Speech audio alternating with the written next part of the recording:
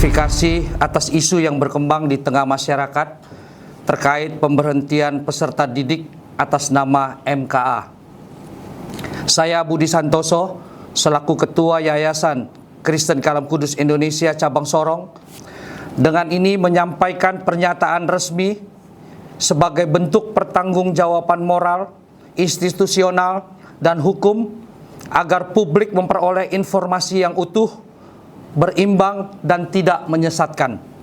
Kronologis, tanggal 14 Mei sampai 14 Juni 2025, peserta didik MKA tidak hadir selama 1 bulan atau selama 20 hari sekolah efektif. Tanggal 14 sampai 16 Mei 2025, pemberitahuan ketidakhadiran hanya disampaikan melalui pesan WhatsApp kepada wali kelas tanpa izin resmi kepada kepala sekolah dan disampaikan setelah peserta didik berada di luar kota Sorong. Tindakan ini melanggar SOP karena izin lebih dari 3 hari wajib diajukan secara tertulis kepada kepala sekolah dan diajukan 1 hari sebelumnya. Tanggal 26 sampai 30 Mei 2025, peserta didik MKA tidak hadir dan tidak mengikuti ujian kompetensi. Tanggal 2 sampai 4 Juni 2025, peserta didik tidak hadir mengikuti sumatif akhir tahun SAT. Tanggal 4 Juni 2025, pihak sekolah mengeluarkan surat panggilan siswa kembali bersekolah, surat panggilan pertama. Tanggal 5 Juni 2025, pihak sekolah mengeluarkan surat pemanggilan siswa kembali bersekolah, panggilan kedua. Kemudian tanggal 7 Juni 2025, pihak sekolah mengeluarkan surat jadwal susulan sumatif akhir tahun di tanggal 11 Juni 2025. Tanggal 8 Juni 2025, orang tua menyampaikan alasan tiket pesawat pada tanggal 11 Juni Surabaya Sorong tidak tersedia.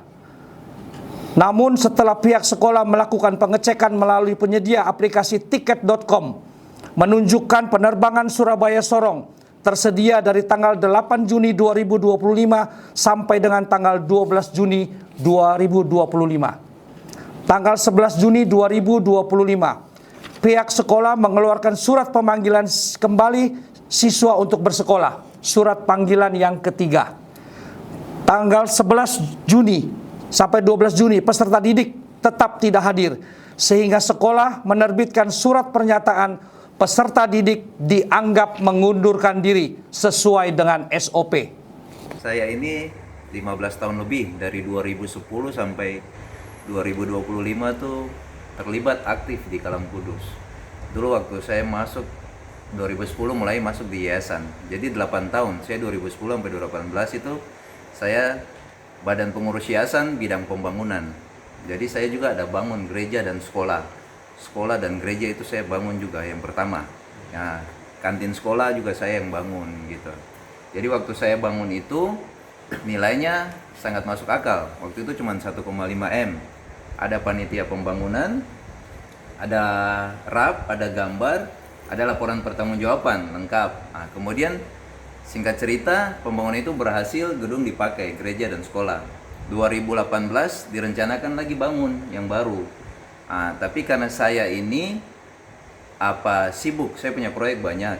Terus saya juga kasihan dengan teman saya, Pak Richard Gunawan, yang adalah majelis juga di Gereja Kalam Kudus itu. Saya melihat dia kurang kegiatan. Jadi saya menyarankan kepada teman-teman di Kalam Kudus, pekerjaan ini dikasihlah ke beliau. Ya toh, dikasihkan ke beliau gitu. Supaya beliau juga ada tambah-tambahan gitu kan. Jadi sudah diarahkan ke beliau. Berjalannya waktu, saya bilang, kalau mau bangun, mana gambarnya, mana rapnya, ya toh? Bentuk panitia pembangunan, supaya tidak menjadi bola liar nanti di kemudian hari, ya toh? Supaya semua rapi begitu. Tapi permintaan saya kemudian jadi tidak digubris. Dia membangun saja, membangun tanpa panitia, tanpa gambar, tanpa rap, dan pada akhirnya tidak ada laporan pertanggungjawaban gitu, dengan nilai yang saya sebut fantastis 10 miliar lebih. Jadi kemungkinan ini yang menjadi sakit hatinya mereka.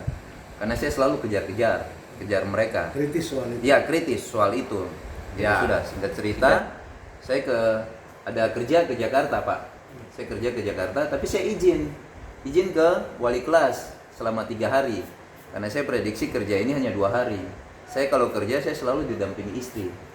Anak saya yang kecil itu kan 2. Waktu itu satu umur 9 tahun, yang satu 6 tahun. Belum tidak ada yang urus. Jadi saya bawa ikut serta. Saya izin kan, sudah izin di wali kelas. Tapi 2 hari pertama saya kerja Jakarta, hari kedua ke Bogor. Di Bogor itu masih pagi-pagi, subuh itu anak saya yang bungsu itu demam tinggi. Dia demam tinggi terus dia muntah-muntah. Nah, kita panik tuh, kasih obat tidak bisa. Minum obat tidak turun-turun terus dia muntah-muntah gitu. Sedangkan mau kembali ke Sorong dari Bogor itu kan ke Jakarta itu kan macet. Terus pesawat dari Jakarta ke Sorong itu selalu tengah malam. Iya dah, di atas jam 12. Jadi kami panik, ini bagaimana nih, harus jadi dari pertolongan pertama. Di Bogor tidak kenal siapa-siapa, tidak tahu apa-apa gitu. Akhirnya saya putuskan, sudah kita naik Grab saja, kembali ke Jakarta toh. Tapi di tengah perjalanan cerita-cerita dengan supir Grab, dia bilang, "Pak, di sini ada bandara yang dekat, Bandara Halim."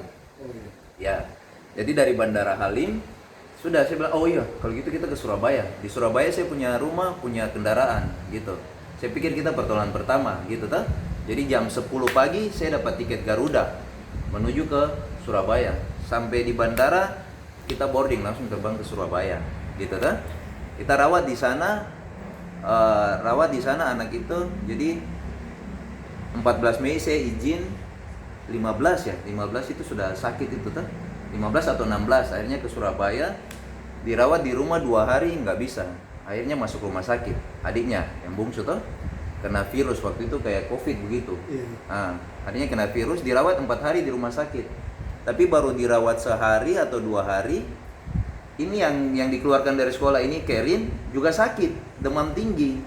Nah, otomatis ya, karena kita di rumah sakit langsung periksakan ke dokter toh, jadi dia dapat pertolongan cepat. Nah, dia nggak sempat opnam, tapi kan kita rawat di kamar yang sama, karena adiknya kan di situ. Iya, kita tidak ada keluarga banyak di sana di kota besar toh. Nah, jadi singkat cerita adiknya ini yang dikeluarkan dari sekolah ini dia rawat jalan memang, tapi kan di rumah sakit yang sama kita rawat adiknya dengan dia di kamar yang sama di rumah sakit Mitra Kenjeran, Mitra Keluarga Kenjeran Surabaya. Ya sudah, 4 hari adiknya dirawat, dengan Kerin juga dirawat, sembuh dari rumah sakit. Keluar rumah sakit baru sekitar 2-3 hari mamanya juga sakit, masuk rumah sakit juga enggak. Nah, akhirnya saya saya kan panik. Akhirnya saya telepon, saya punya anak yang paling tua ini berangkat bantu saya di sana karena nggak ada yang bantu saya. Di tengah kepanikan itu, istri saya tuh waktu masuk di UGD, di TNC apa semua, dokter menyarankan harus masuk ICU, Pak. Jadi mereka kena virus ini, harus masuk ICU. Jadi saya tuh panik mau lihat anak yang sementara proses pemulihan, istri sudah harus masuk rumah sakit. Terus saya tanya dokter, kalau di ruang ICU saya boleh lihat? Oh tidak boleh lihat. Saya bilang aduh, kalau gitu enggak, di kamar saja. Ya sudah, saya pilih kamar saja. Mereka bertiga, jadi di dalam satu kamar itu saya rawat semua. Jadi istri saya tuh saya pasang semua alat. Ini alat tensi ini di tangan ini dengan dia punya kadar oksigen, saya jaga semua. Sedikit saya jaga. Perawat sedikit saya panggil, saya jaga mereka tuh. Itu sambil dalam proses itu saya kasih ke wali kelas, ke kepala sekolah. Kami memberitahukan terus prosesnya tiap hari, itu ada di chat saya dengan kepala sekolah, dengan wali kelas itu ada. Setiap hari kami berkabar gitu. Bahkan tanggal 27 Mei saya sudah kirim itu surat sakitnya adik. Tapi tetap tanggal 4 Juni mereka mengeluarkan SP1, surat panggilan 1. Saya bilang, loh kenapa di SP? Ini dalam keadaan sakit. Saya sudah kirim surat-surat dari rumah sakit semua. Saya kirim semua bahwa istri saya tuh tanggal 29 Juni tuh boleh keluar, 29 Mei boleh keluar dari rumah sakit, tapi belum boleh pulang Sorong karena kondisinya agak serius begitu. Jadi dokter menyarankan tanggal 2 Juni harus kontrol, tanggal 9 Juni harus kontrol. Kami berkabar terus ke pihak sekolah, tapi tanggal 4 Juni SP1 dikeluarkan. Saya sudah komplain, kenapa keluarkan SP1? Saya berikan surat lengkap kok, ya toh? Foto-foto lengkap, semua saya kirim, kenapa di SP1? 4 Juni keluar, 5 Juni keluar SP2, sampai tanggal berapa keluar? Keluar sampai SP3. Aduh, bagaimana ini? Itu Iya. kondisi mana Pak? Ya. Beliau posisi SP3 yang keluar itu beliau masih di Surabaya. Masih di Surabaya, karena tanggal 2 Juni istri saya harus kontrol, tanggal 9 Juni harus kontrol. Itu ada keterangan dokter, semua ada di surat. Nanti sebentar saya perlihatkan untuk bapak-bapak dorong. Ya toh? Tapi SP keluar 4 Juni, 5 Juni dengan 6 Juni kalau nggak salah sampai SP3. Saya bilang kenapa di SP terus begitu kan? Memang ada komunikasi kepala sekolah dengan kepala sekolah. Kerin harus balik sebelum 12 Juni untuk mengikuti ujian. Saya bilang, Miss Maria, tolonglah kasih ujian online. Mereka nih masih harus kontrol. Ya toh? Kesehatan, keselamatan keluarga saya ini lebih penting. Saya pastikan mereka benar-benar sehat, baru saya harus pulang. Karena ini kena virus, tidak main-main. Iya toh? Tapi tanggal 12 Juni, jam 5 waktu Surabaya, itu saya ditelepon oleh kepala sekolah, Miss Maria. Pak, ya, Kerin belum pulang, belum bisa Miss. Mamanya ini masih sakit. Masih perlu pengobatan, masih perlu pemulihan. Dokter harus bilang harus kontrol, iya kan? Dan hasil kontrol itu, dia punya hasil darah itu belum bagus. Karena yang kena HB-nya, hemoglobinnya tuh turun. Belum bagus, belum stabil, itu masih 9,8. Masih jauh di bawah normal. Jadi saya nggak mau ambil risiko pulang. Oh gitu ya Pak, iya. Saya bilang, Miss, iya nggak apa-apa sudah. Nanti kalau Kerin dikasih susulan atau Kerin nggak naik kelas, nggak apa-apa. Saya bilang gitu, oh tidak Pak. Kerin naik kelas, tapi dia nggak boleh lagi bersekolah di Kalam Kudus. Loh, kok bisa begitu? Iya kan? Saya kan bilang kok bisa begitu. Ya sudah, saya mau bicara apa lagi? Ya, terus tanggal 13 Juni saya bilang, Miss, kasih saya surat. Iya kan? Saya marah, tapi saya sempat berpikir, kasih saya surat untuk membuktikan bahwa anak saya dikeluarkan dari sekolah. Dia kirimlah surat, kepala sekolah kirimkan surat bahwa Kerin dianggap mengundurkan diri. Begitu. Jadi saya tidak tanda tangan surat itu sampai sekarang. Karena memang bukan mengundurkan diri. Mereka mengeluarkan gitu. Dengan menggunakan alasan bahwa bukan mengundurkan. Iya. Terus kemudian tanggal 30 Mei sebelum mereka keluarkan anak saya, Pak. Saya izin ya. Tanggal 30 Mei keluarga saya diintimidasi, Pak. Sebentar. Akhir nih, Kerin mengalami gejala post traumatic stress disorder (PTSD) yang ditandai dengan perilaku sedih, malu, marah, dan menangis mengingat kejadian dikeluarkan dari sekolah. Itu kan otak di mana, Pak?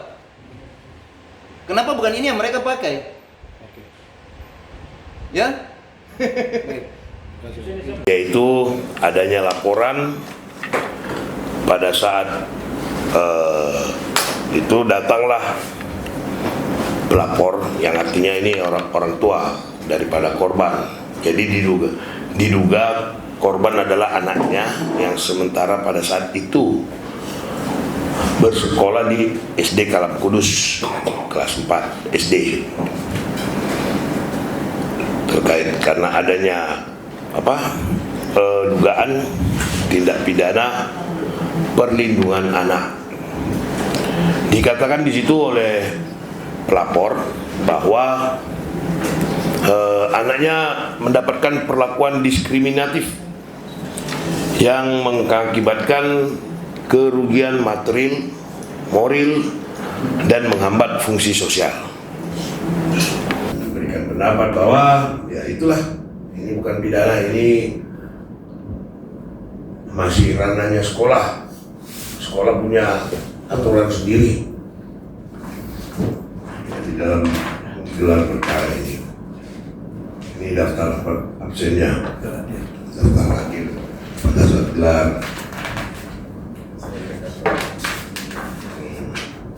Ini saran pendapat masing-masing peserta yang gelar.